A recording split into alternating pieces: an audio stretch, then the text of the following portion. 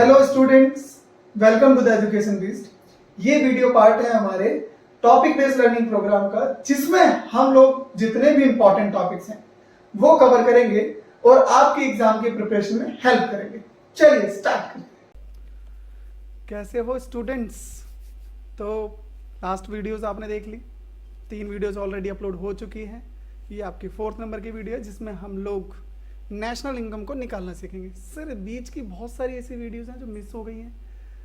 Sir मैं आपको ये बताना चाहूँगा कि हम सिर्फ और सिर्फ यहाँ पे इम्पॉर्टेंट टॉपिक ही कवर कर रहे हैं। हमारा कॉन्सेप्ट ही यही है, इम्पॉर्टेंट टॉपिक जो आपके एग्जाम से रिलेटेड आ रहा है। ठीक है, तो इसी चीज़ को, कॉन्सेप्ट को आगे बढ़ाते हुए हम लोग आज नेशनल इनकम निकालना सीखेंगे। तो नेशनल इनकम को हम लोग किस चीज़ से डिनोट करते हैं? NNP-FC। और नेशनल इनकम के निकालने के 3 मेथड्स हैं, value added method, expenditure method and third one income method. ठीक है, एक और बताओ इंटरेस्टिंग बात, किसी भी मेथड से आप नेशनल इनकम निकाल लो, आंसर आपका सेम है। क्या आएगा भाई? आंसर आपका सेम आएगा, चाहे वैल्यू एडेड मेथड से नेशनल इनकम निकाल लो, इनकम मेथड से निकाल लो या फिर एक्सपेंडिचर मेथड से। ठीक है, चलो आगे बढ़ते हैं। आज हम एक मेथड कवर कर लेंगे इस वीडियो में, बाकी नेक्स्ट वीडियो में हम लोग income method and then expenditure method cover करेंगे। तो वैल्यू एडेड मेथड का दूसरा नाम भी है output method and product method. भाई नाम से ही पता चल रहा है, वैल्यू एडेड मेथड जो एक पर्टिकुलर अकाउंटिंग ईयर, यानी कि एक अकाउंटिंग ईयर आपको पता है ना, 1 अप्रैल से लेके 31 मार्च, इस ड्यूरिंग दिस फिजिकल ईयर अब जितना भी वैल्यू एडिशन हो रहा है हमारी इकोनॉमी के अंदर प्रोडक्शन करके, तो वो हमारा वैल्यू एडिशन कहलाता है। और उसी को हम वैल्यू एडेड मेथड, उसके वैल्यूज को हम रिकॉर्ड कर देते हैं, उसे वैल्यू एडेड मेथड नाम दे देते हैं। अब भाई ये जो लिखा हुआ है ना, इसको बढ़ने से पहले हम थोड़ा सा और इस चीज़ को समझ लेते हैं। भाई आपका अकाउंटिंग पीरियड स्टार्ट कहाँ से होता है? 1 अप्रैल। कोई सा भी ईयर ले सकते हैं आप यहाँ पे, जैसे कि 2022 ले लिया मैंने यहाँ पे, है ना। और इस ईयर का एंड कब होगा? भाई आपका रिजल्ट कब आता है? 31 मार्च 2000, है ना, हर 2023, मतलब साल अगर स्टार्ट हो रहा है 2022 तो खत्म कब होगा? 31 मार्च 2023। तो अब इस अकाउंटिंग ईयर के ड्यूरेशन में जितना भी प्रोडक्शन करा है, जितना भी वैल्यू एडिशन हुआ है, उसकी वैल्यू को इंक्लूड करेंगे और इससे क्या निकल कर आ जाएगा? Gross value added at market price. Gross value added at market price मत पूछना क्या है, ऑलरेडी मैं वीडियो बनाई इसलिए रहा हूँ क्योंकि मुझे पता है आप लोगों को ये चीज़ें मालूम होंगी, बहुत बेसिक से चीज़ें हैं। ठीक है, तो GVMP अब यहाँ पे क्या इंक्लूड होगा, कैसे इंक्लूड होगा, और इस मेथड कॉन्सेप्ट को समझना बहुत ज़्यादा जरूरी है। ठीक है, एक क्वेश्चन तो इसका आता है, दूसरा आपका एक्सपेंडिचर और इनकम मेथड दोनों को मिक्स करके आता है। तो ध्यान रखना, न्यूमेरिकल्स करना जरूरी है, जो कि आपका आना तो कंपलसरी है, आप बच नहीं सकते इनसे। अब इस अकाउंटिंग ईयर के अंदर जो भी प्रोडक्शन हुआ होगा सिर्फ उसी को ही इंक्लूड करेंगे, ये ध्यान रखना। यानी कि इसके बाद का और इसके पहले का इंक्लूड नहीं करना हम लोगों को। डेटा तो हमारा उसका भी अवेलेबल होगा, बट लेकिन हमें इंक्लूड किसका करना है? इस पर्टिकुलर ड्यूरेशन की ही जो एडिशन हुआ है ना हमारा, उसकी वैल्यूज को इंक्लूड करना है। तो जो हमने प्रोडक्शन करा होगा, क्या करते हैं हम लोग? उसको मार्केट में बेच देते हैं, सेल। तो हमने यहाँ पे क्या कर दिया? सबसे पहले वैल्यू ऑफ आउटपुट, जितना भी मैंने प्रोडक्शन करा उसको क्या बोलते हैं? आउटपुट बोलेंगे। और उस आउटपुट की वैल्यू को क्या बोलेंगे? वैल्यू ऑफ आउटपुट वो लेंगे सबसे पहले। जैसे कि सेल्स, जो भी हम आउटपुट बनाते हैं उसको मार्केट में बेच देते हैं। अब एक तो सेल हो ही गया, प्लस हम यहाँ पे एंड, मतलब 31 मार्च 2023 एंड यहाँ पे खड़े हम लोग मान लेते हैं।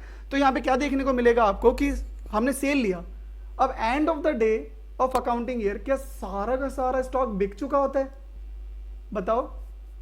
एक दुकानदार, एक प्रैक्टिकली सोचो ना, जब आप दुकान में बैठे भी हो और एक अकाउंटिंग ईयर का एंड मतलब 31 मार्च चल रहा है, क्या लगता है कि सारा सामान बिक गया होगा? नहीं, कुछ ऐसा सामान है, ऐसा क्या, बहुत सारा ऐसा सामान है जो बच जाता है, जो नहीं बिका होता। अब जो नहीं बिका तो वो अगले साल बिकेगा, तो इस साल उसको क्या नाम देंगे? Closing stock. जो सामान क्या हो गया है, बच गया है, उसको हम क्या नाम देंगे? Closing stock. तो सेल्स तो हो गई, और जो सामान नहीं बिका है बट इस साल प्रोडक्शन हुआ है ना, उसका हुआ है कि नहीं? भाई यहाँ पे देख लेना, मार्केट में बिके ना बिके कोई मतलब नहीं है, प्रोडक्शन होना चाहिए। कॉन्सेप्ट को ध्यान में रख लेना, इस चीज को, प्रोडक्शन होना चाहिए। ठीक है, मार्केट में बिके या ना बिके उससे लेना देना नहीं है आपको। देखो यहाँ पे प्रोडक्शन हुआ, जितना सेल हुआ वो तो इंक्लूड कर ही लिया, और जो मार्केट में अभी सामान हमारे गोडाउन में बच गया नहीं बिका उसको भी हम यहाँ पे लिख देते हैं। उसको किस नाम से लिखते हैं हम लोग? Closing stock. ठीक है, अब ये सामान कब बिकेगा? नेक्स्ट ईयर बिकेगा। इसी तरह से क्या लगता है पिछले साल का भी ऐसा गोडाउन में सामान पड़ा होगा ना जो पिछले साल नहीं बिका होगा, अब वो कब बिकेगा? इस साल बिका होगा, और इस साल बिका होगा तो वो सेल में इंक्लूड हुआ होगा, क्योंकि आपने सेल इस पूरे साल की ली है, तो पूरे साल में तो वो सामान भी बिका होगा जो पिछले साल का सामान बचा होगा। तो पिछले साल का क्लोजिंग इस साल का क्या होगा? वो ओपनिंग होगा भाई, ओपनिंग स्टॉक होगा।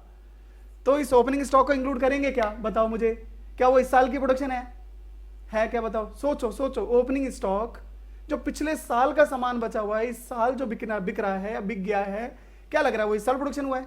नहीं, वो पिछले साल प्रोडक्शन हुआ था, यानी कि पिछले साल हुआ है तो पिछले साल ही इंक्लूड हो गया होगा। तो इस साल क्यों इंक्लूड करें हम दोबारा? उसको क्या कर देंगे? माइनस कर देंगे। Opening stock, closing stock minus opening stock, इस पूरे को मैंने इन शॉर्ट में क्या लिख दिया? Change in stock. तो sales plus change in stock हमारा क्या निकल कर आ गया? Value of output. जितना भी आपने इस पूरे साल में प्रोडक्शन करा है उसके वैल्यू, उसको क्या बोलेंगे? Value of output. ठीक है, तो ये हमारा एक कंसेप्ट क्लियर हो गया वैल्यू ऑफ आउटपुट का। अब माइनस कर देंगे, देखो ये तो हमने वो है जो सामान बेचा या फिर जितने की हमारी इकोनॉमी में वैल्यू एडिशन हुई, बट उसको बनाने में भी तो खर्चा आया होगा। ठीक है, तो उसको बनाने में जो खर्चा आया उसको क्या बोलेंगे? Intermediate cost. और बनाने में जो खर्चा आया उसको माइनस कर दोगे तो जो बचेगा वो हमारी इनकम है, जिसे हम क्या नाम देते हैं? Gross value added at market price. क्या नाम देते हैं? Gross value added at market price. तो ये आपका वैल्यू एडेड है। ठीक है, जीवीए क्या निकल कर आया? जीवीएमपी में यहाँ पे शॉर्ट में लिख देता हूँ, वैल्यू ऑफ आउटपुट माइनस में आईसी। एग्जाम में कैसे सॉल्व करना है भाई? एग्जाम में कैसे सॉल्व करना है? अगर कोई क्वेश्चन, कोई स्टेटमेंट, या सॉरी स्टेटमेंट बोल रहा हूँ, कोई न्यूमेरिकल क्वेश्चन आपके सामने आता है तो एक फॉर्मेट बना लो वैल्यू एडेड मेथड का, मतलब आप सॉल्व कर लोगे बहुत इजीली। जैसे ये लिखा GVMP value of output minus में IC, value of output sales plus change in stock. और चेंज इन स्टॉक का फॉर्मूला तो भाई लोगों को मालूम है ना? क्लोजिंग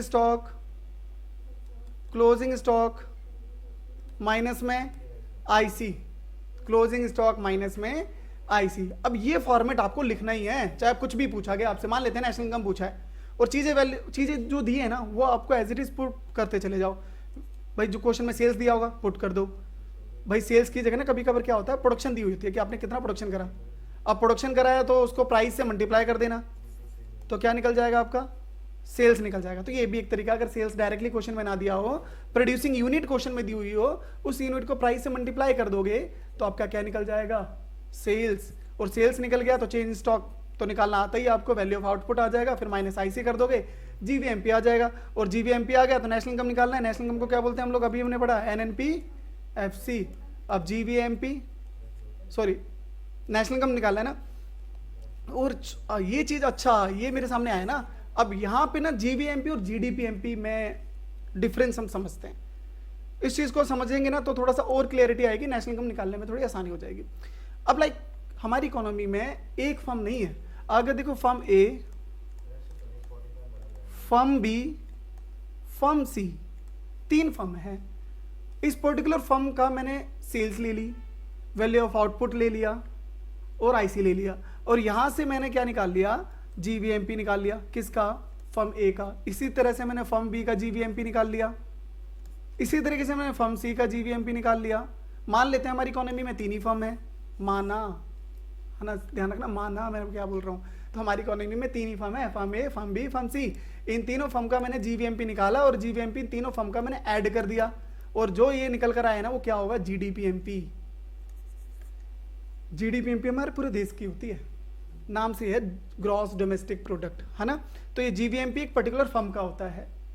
अगर क्वेश्चन में ऐसा मेंशन नहीं है जीवीएमपी ऑफ ए, मतलब फर्म ए फर्म बी क्लासीफाई नहीं करा हुआ, तो उस पूरे को क्या मान लेना? जब जीवीएमपी ही निकालना है सिर्फ, उसी को हम जीडीपीएमपी मान लेंगे। एक ही कंडीशन में मानना है जीवीएमपी जीडीपीएमपी बराबर होगा।